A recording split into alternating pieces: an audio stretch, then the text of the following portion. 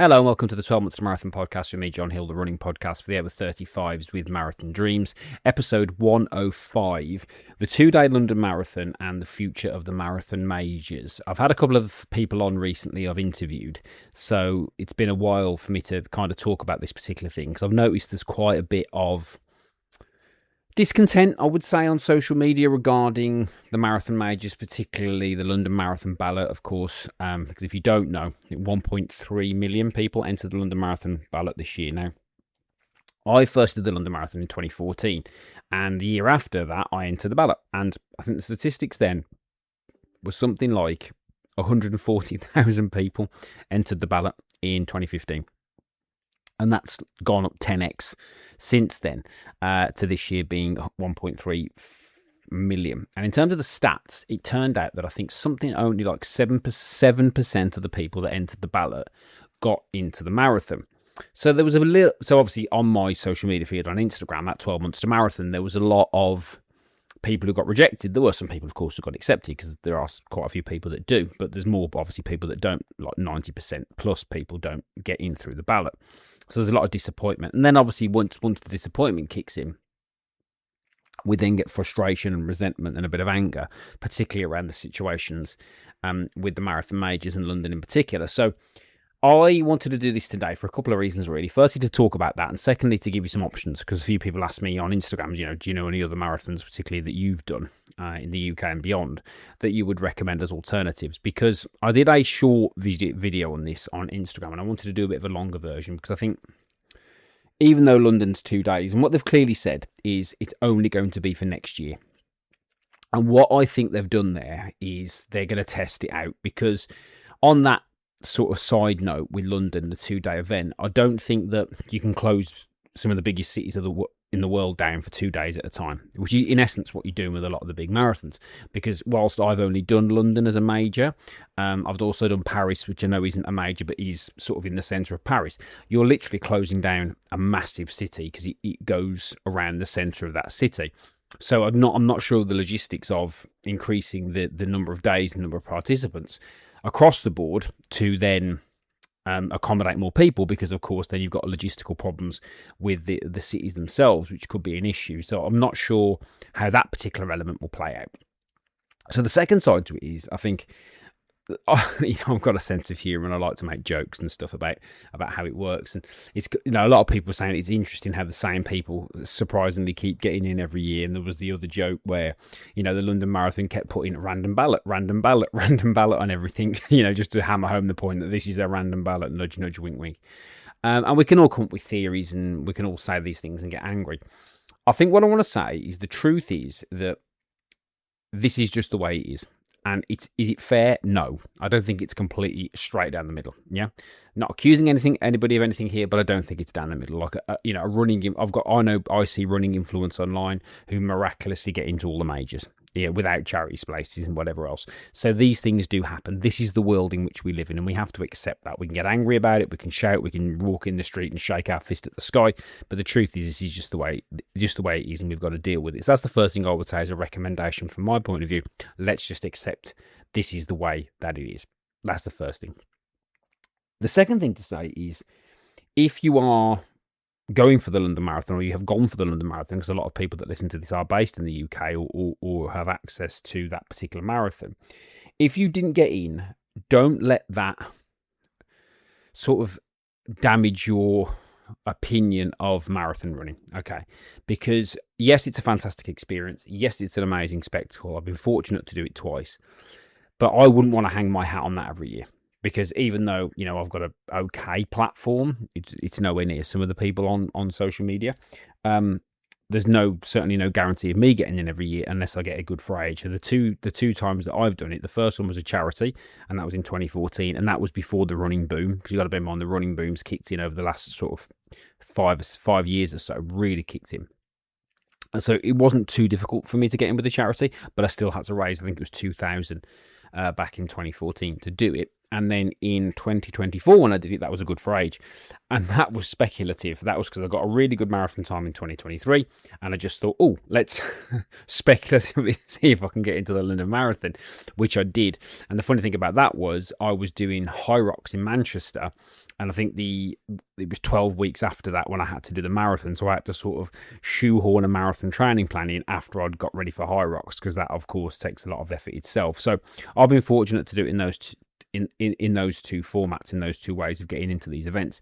But I certainly wouldn't let it deter you from entering other marathons, because whilst, yes, that's a spectacle, and in my opinion, I think if you are going to do a one and done, for example, then you perhaps want to do one of the bigger ones to experience it. But there are other alternatives.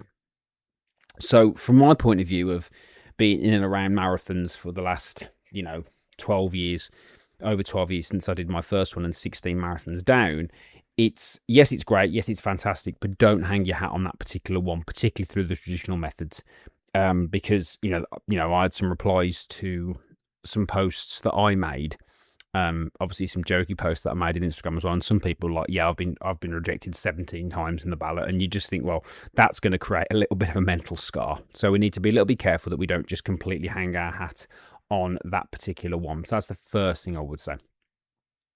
The second thing I would say is there are lots of different marathons out there that are just as good. Now, what you've got to do, I think, firstly, is establish what your actual goal is. Because if your goal is spectacle and experience primarily, then yes, of course, a bigger marathon like a London, like any other of the majors, like, for example, Manchester here in the UK, or a Paris or something like that, where there is a big spectacle, then, of course, pursue that dream. If your goal is time-related, as in improving a performance, then the majors necessarily aren't the runs for that. What you've got to bear in mind about, I'll focus more on the London Marathon here, because that's the one that I've done, and I'm here in the UK. And I'm assuming this will be the same with the other big majors as well. Is there's a lot of pressure with London, because big crowd, big expectation, big day. If you're doing it for a charity as well, you've got that expectation. So for the average runner, trying to do any sort of time can be quite challenging on those particular races because of what comes with it, yeah? Now, I'll give you the other end of the scale. So the last marathon I did in Boston, Lincolnshire here in the UK, there was no spectacle, there was no crowd. You were literally running most of it through fields. Now, whilst it was a very flat course, and barring the wind, we've talked about that, a potential PB course, I think it's the UK's flattest marathon, you ain't getting the spectacle there. That's about performance. So if you said to yourself, I want to go and run a personal best, then something like that one, or the other one that I did in 25, which was the Great Welsh Marathon, which again is down the coast, beautiful routes, but again, not much crowd, are the type of races that, in my opinion, are more designed for times, because you can just focus on the running bit. Now, do crowds help you around the final bit when you're in the pain locker, whatever you want to call it, in that little bit? Yes, of course they do. But they can also add pressure as well. So it's a little bit of a paradox. What I'm saying is don't hang your hat on the majors. Don't hang your hat on any big marathon. If you want to do a marathon, go and do one. Try and find one that suits your needs and go and do one. So in terms of recommendations, from my point of view, the first one here in the UK is Manchester. Now, Manchester, you can still get into in a mass participation way. You can still just pay and enter if you're quick enough. It does sell out quite quickly, because what a lot of people do is they use that as their secondary one for London. Yeah, I've done Manchester 4 times. I did my first one in 2017. Okay, now I did my last one in 2023. So up until that point, across those, 6 years, it was relatively easy to get into. It's very well supported, it's very well organised, and it's a fantastic city as well. So if you have got the opportunity to do Manchester here in the UK, I would recommend that as a secondary one to London, because again, it's got the support, it's got the city, it's got all the stuff alongside it, but it's not as big a deal as London, if that makes sense. So Manchester's the first one, and that's from a spectacle and necessarily a time point of view as well, because it's a good course. And you're more likely to get the weather. They had an unfortunate one in 2025 when it was really hot, but usually in Manchester, you are going to get the weather. So that's the first one I would recommend. If you want the big city experience, then I have done Paris. Paris is a good one. Again, lovely city, one of my favourite cities in the world. Recommend that one for experience. Again, spectacles, well supported. A lot of it is running through sort of suburban Paris. So you do see the sights, but a lot of it is through suburban Paris. So as long as you're okay with that, it is a very, very good marathon as well. Edinburgh here in the UK, another UK capital city. Lovely city, Edinburgh. Fantastic place. Good course as well down the coast. Fairly flat. Again, you're likely to get the weather because it's in May. When I did it, it was very windy, but it was still a good course. Again, it is, I would say, Edinburgh's potentially a PB course if you get the weather right and you get off. Well, that's another good one. It's a lovely city to do it into Edinburgh as well. If you are doing it from a sort of scenic point of view, we'll stay in Scotland. Loch Ness. Loch Ness is in September. Fantastic. You basically just run down the side of the loch. The scenery is incredible. So again, it's not a spectacle course from a supporter point of view, but it's a spectacle course certainly from a scenic point of view. So you basically start, when I did it, you get on this bus where we were staying in Scotland. They drive you to this place that you start from in the middle of these like fields and rolling hills. You start on this like quite flat road. You do a little bit, and then you just hit the side of the loch.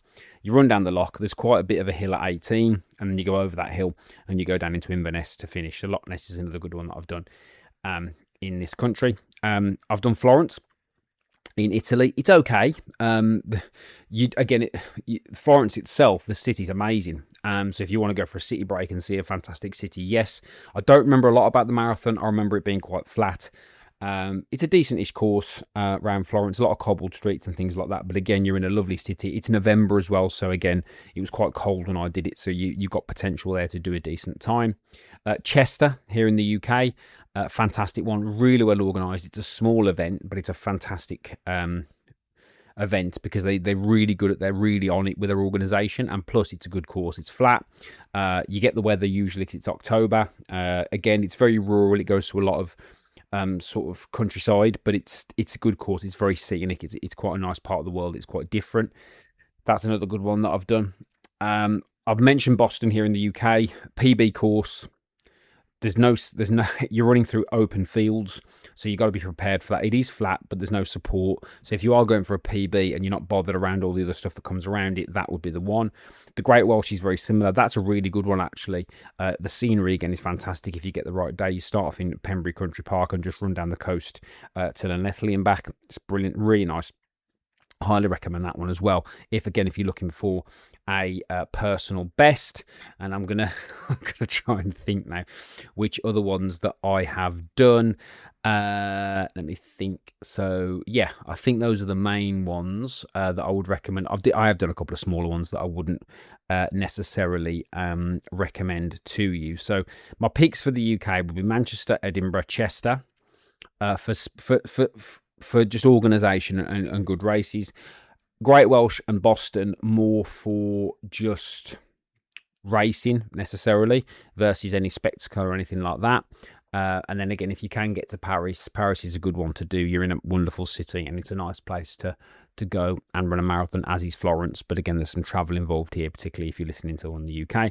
And again, I've heard varying different ones all over the world that are pretty decent as well. So do your research actually and just see, just type into, say, Google or AI, whatever you might use, and just say, give me the top 10 marathons in the world that aren't majors, and you'll find a lot to do. But those are the ones that I've done, the ones I've recommended. So the key message that I want to give you today is not to let any experience of trying to get into a major upset you or stop you from thinking that a marathon's possible, because it is. And you never know what might happen if you start running regularly and doing marathons regularly, and you start getting a bit quicker, performing a little bit better, whatever the language you want to use. You might get a good for age time, and then can open doors for the major marathons. So hopefully that's been useful. Just remember, the things are the way they are, and we have to accept those. And there's no need to get angry or bitter or resentful and all those things, because this is just the world that we live in, and we have to deal with that. But that's my view on the majors, and we'll have to see what goes on. I mean, the running boom is going to continue, so this is probably going to be the way it's going to be for a while. But yeah, certainly do your research, and never let a bad experience with the London Marathon ballot, or any ballot for any, or lottery, whatever language you want to use for any of the major, deter you from taking on the marathon, because there are good alternatives out there. So there you go. So thank you very much for listening as always. I appreciate it. Don't forget to subscribe wherever you get your podcast from, Apple or Spotify. That's much appreciated. If you don't follow me on Instagram, hop over there at 12 Months to Marathon and give me a follow. I do appreciate it for all your daily content and tips. If you click the link in my bio, you can join my free running community for the over 35s. We can take you away from the noise of social media and connect over there. there. Please like, share, and comment as well on all my stuff, and share this podcast with your friends if you know anybody that might find it useful. So thanks everybody for listening. As always, I appreciate you very much, and I'll speak to you all again very soon indeed.